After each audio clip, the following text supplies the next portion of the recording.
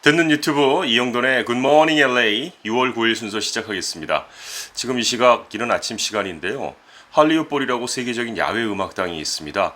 이곳의 그 무대 뒤쪽으로 보면 산이 있는데요. 뭐 야산 정도 되는 높이인데 거기에 지금 불이 났고 한 3에이커 정도를 태우고 있는 상황이라고 하는데 원원 프리웨이에서도 바로 가깝지 않습니까? 그래서 그쪽이 많이 막히고 있고 우선 소방대원들이 전력을 다해서 지금 진업을 하려고 애쓰고 있습니다만 아직까지 불길을 완전히 잡은 상태는 아닌 것 같습니다. 큰 일이 없이 빨리 진압되기를 바라는 마음이고요. 일단 오늘은 날씨부터 좀 살펴보면서 굿모닝 LA 시작을 해야 될 것 같습니다. 오늘 기준으로 기록을 세울지도 모르겠다라는 얘기를 자꾸 하는 거 보니까 엄청나게 더울 거라는 그런 얘기가 되겠는데요.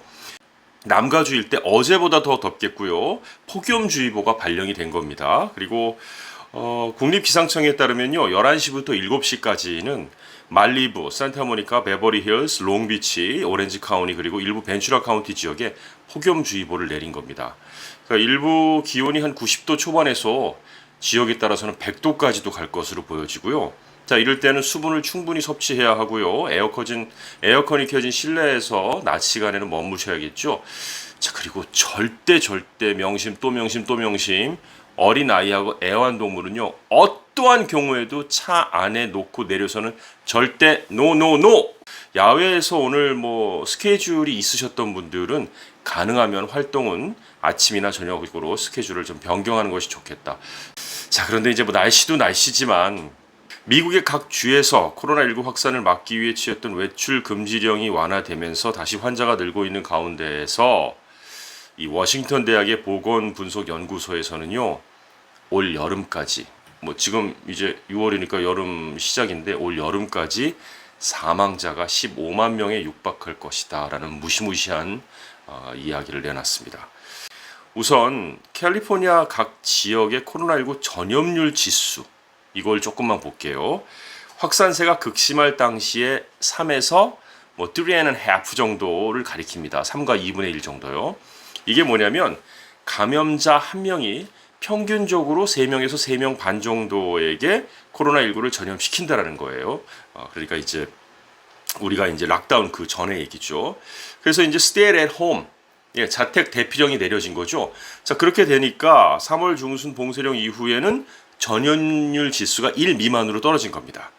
감염자 한 명이 전염시키는 사람 수가 한 명 미만으로 이게 내려갔다는 얘기잖아요. 그런데 이게 다시 봉쇄령이 이제 풀린 거죠. 그래서 감염률 지수가 다시 1 이상으로 지금 높아지기 시작했다라는 얘기입니다. 이게 좀 이 사회적 거리가 이제 느슨해지면서 다시 이렇게 될 수 있는데요. 미국 전체 확진자가 200만 명이 넘은 상태입니다. 그리고 사망자는 11만 3천 명이 넘은 상태고요. 이곳 캘리포니아를 보니까요. 약 13만 4천 명의 확진자가 있고 사망자는 4,676명을 가리키고 있습니다. 특히 우리가 살고 있는 이 LA 카운티만 보면요. 확진자가 6만 4,690명에 사망자가 2,655명입니다. 그리고 오렌지 카운티는 확진자가 7,643명이고 사망자는 177명입니다. 물론 LA 카운티가 인구가 1000만 명이고 오렌지 카운티가 300만 명인 걸 비교한다면 당연히 LA 카운티에 더 확진자가 많아야 되겠지만 이건 많아도 너무 많다. 거의 9배 정도의 많은 거니까 특히 LA 카운티에 한인들이 많이 사시는데요. 특별히 더 주의하셔야 될 것 같고요. 백신이나 치료제가 나올 때까지는 절대 방심 안심하셔서는 안 되겠습니다. 한 가지 LA 카운티 쪽 뉴스인데요. 코로나19 때문에 영업 재개에 들어간 LA 카운티 지역 비즈니스 업체들의 재기를 돕기 위해서 카운티 정부가 각 업체당 $3,000씩 무상으로 지원하는 방안을 추진 중입니다. 이것은 더 자세한 뉴스가 나오면 여러분께 또 한 번 더 알려드리도록 하겠습니다. 자, 그리고 시위 기간 동안에 구금됐었던 대단히 많은 사람들이 있습니다. 근데 처벌 안 하기로 결정을 내렸습니다. 열흘 동안 이어지는 동안에 굉장히 많은 사람들이 체포가 됐는데요. LA시 관계자는 시위대를 대상으로 벌금형 또는 형사 혐의를 적용하지 않을 것이라고 전했습니다. 특히 LAPD 마이클 무어 국장은요.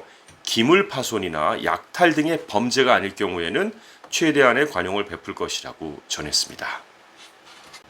그리고 블랙 라이브즈 매터를 지지하는 고등학생들은 오후 1시부터 컬버시티에 위치한 베테랑스 파크에서부터 LAPD 퍼시픽 경찰서까지 행진을 한다고 하는군요.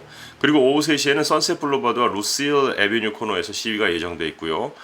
이쪽도 좀 여러분들 피하셔야 되겠습니다. 또 오렌지 카운티 라구나 니겔 지역 YMCA 앞에서도 오후 5시부터 시위가 개최됩니다. 자, 끝으로 시간이 좀 있어서 대선 얘기 좀 잠깐 하겠습니다. 오는 11월 3일 미 대통령을 뽑는 대선입니다. 민주당의 대선 후보인 조 바이든 전 부통령이 최근 여론조사에서 승리의 보증수표인 과반 지지율을 계속 찍으면서 부쩍 상승세를 타고 있습니다. 물론 이 코로나19 때문에도 그렇고 시위 사태 때문에도 그렇고 도널드 트럼프 대통령이 민심을 지금 잠깐 잃은 것도 있는데, 근데 꾸준히 50%대를 있을 경우에 대권을 거머쥘 확률이 그만큼 높아질 수밖에 없는데요.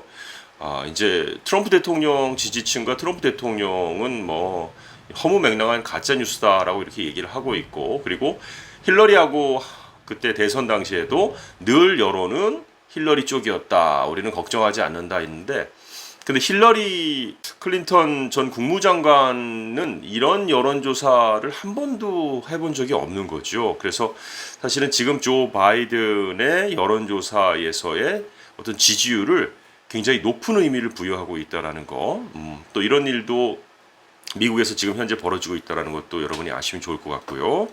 한 가지 한국 뉴스인데요. 이게 지금 영주권자이고 한국 국적자인 분들한테는 어떻게 보면은 해당이 되고 솔깃한 뉴스가 되겠습니다. 한인 영주권자 등 해외 거주 한국 국적자에게도 한국의 긴급 재난지원금을 지원해야 한다는 청와대 국민청원이 시작이 됐고요. 해외 체류 한국 국적자를 제외한 방침은 헌법이 보장하는 평등권을 침해한다는 지적입니다.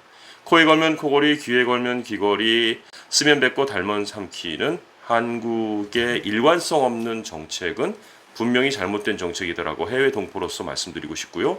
영주권자나 그리고 한국 국적으로 해외에 체류하고 계신 분들은 한번 잘 알아보시기 바라겠습니다.